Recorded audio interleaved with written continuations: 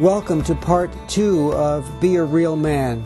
Peter will continue to talk about the inadequacy of the human ego. With all its supposed knowledge and all its imagined power, it cannot save us. So what can we do? Let's listen in. So what do? I have to go to 2, and I recently had this with my wife, Roxanne. I got triggered into it, and all the things I know, and it doesn't matter. I'm in hell. I can't get myself out of hell with all the knowledge at my command. The feelings you're having, we'll call hell. They're fears, love of self, love of the world. They're fear, anxiety, worry, concern for your wife, concern for your relationship, all those things.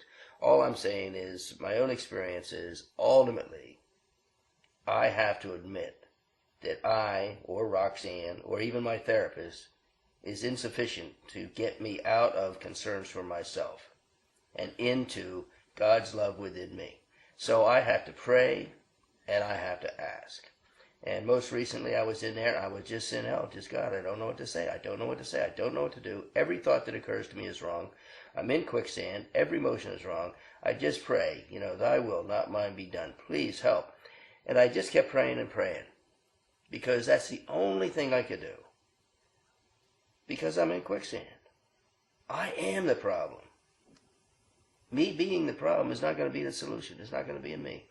So then, I'd say, 20 minutes later or something, having totally given up any hope of getting out, I started talking. And it was so clearly not me talking. I'd asked. The point is, I turned to the only hope, which is God. Yes, our ego thinks it can really be educated and intelligent and helpful to our marriage and to our wife. And what God's saying is, no, only I can do that for you. And we get these experiences as an example of the tapes themselves, or me. I'm sitting on the books that could help me out, but they can't help me out.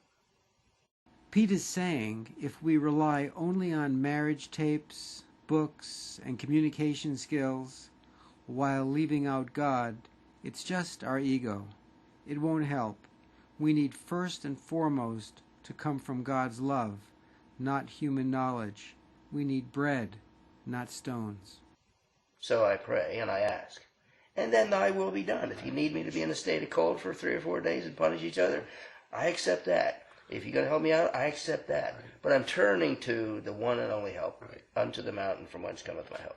Right, and the fear that comes up for me is that, okay, this is the start of another, lifelong problem, because the way the argument usually goes is, this always happens, as it goes back and forth, this always happens. I'm like, oh, well, I guess we can't watch marriage tapes together anymore. It's like, oh, yeah, okay. And those are natural concerns. And the answer, the healing answer, is going to be God's love. That heals. God's love heals. Knowledge doesn't heal. God's love heals. In order to do that, I have to turn to God, ask Him for His will, ask Him to see through my eyes and hear through my ears, and ask. No good thing will He withhold from me. If I ask, He's not going to say no. What if your son asks for bread, you're going to give him a stone? And that example to me is, if your son asks for bread, you're going to give him a stone, is, yeah, I've got stones all my life, which are knowledges. I need living bread. I need love. Your love in my heart can heal me and heal my relationship. That's the only thing it can heal. And when that comes, it heals immediately. Because love has no agenda. Right.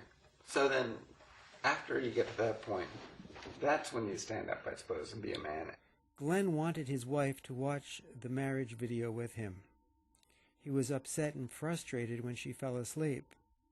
But he now realizes that all he needs to do to heal their relationship is to be a real man, to love his wife, because love heals. Loving heals. God will reveal His presence and His healing through you, and you I don't have to worry about it. I just let the whole thing go. Let go of worry. I don't need to plan my next move of That's the loving act I'm going to do in the future, even though right now I'm still disturbed about all of those are concerns for yourself. What will I do to make this work out for me? And I have been in that state. Roxanne falls asleep watching movies. I don't know. Something about movies that make our wife fall asleep. I don't know. there's a battle going on, but it's not between me and my wife. The battle is with that thought that if she really loved me, if she really cared about those things that are important to me, if she was really going to participate in the way that I want her to, then she would be awake, she would be interested, or whatever the thoughts are. Those appear to be true to me.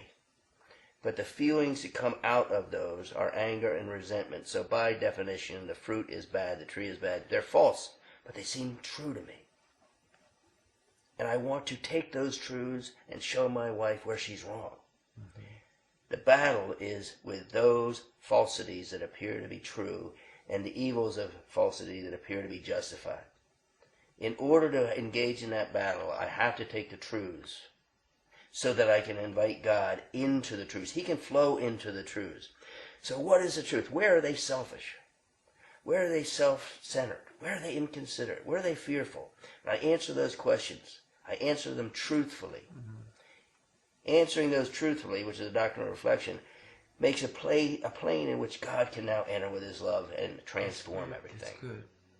And then it happens. Then the battle. When the battle is, I'm not standing up against my wife or even for the tapes. Right. I'm standing up in the truth that God has infilled. God has taken it and stood it up like the sinews and the bones are given flesh. Mm-hmm. But I have to bring the truths. And the first truth is, I love myself more than my wife. Right. Wow. And I want my wife to love me. That's the truth. Good. Now you know where the problem is. Yeah. That's a different order of truth. Is that a problem? Okay. Yeah. But that truth will know the truth, and truth will set you free. It's not the truth about doctrine. It's the truth about the nature of myself at the natural corporeal level. Right. And the nature of myself is I am hell, and all I have to offer my marriage is hell. But inside, like you say, there is a divine that can bring heaven onto earth. And that's the fight that we're involved in. Pete speaks about the greatest fight of all, not against our wives or against external armies. It's a fight that goes on within ourselves, a fight against our own selfishness so that God's love can flow through us. It is the greatest fight of all, a fight that takes reckless courage. In entering that fight, we become true men. Being a man isn't necessarily saying, here's how I feel. It's not necessarily what's meant by being a man. The first thing is what Pete says. You have to fight that inner battle. So one of my favorite quotes is William Butler Yeats. Why do we honor only those who die on the field of battle? A man may show as reckless a courage in entering into the abyss of himself. Okay. Well, wow. Gosh. That's great. I do feel better about it. Yeah, you feel great. No, I do. Yeah, I do too. How do you feel? Yeah, I don't feel like I need to go explain it to her anymore. Yeah, she already knows. The women are 30,000 times faster than we are. By the time we show up.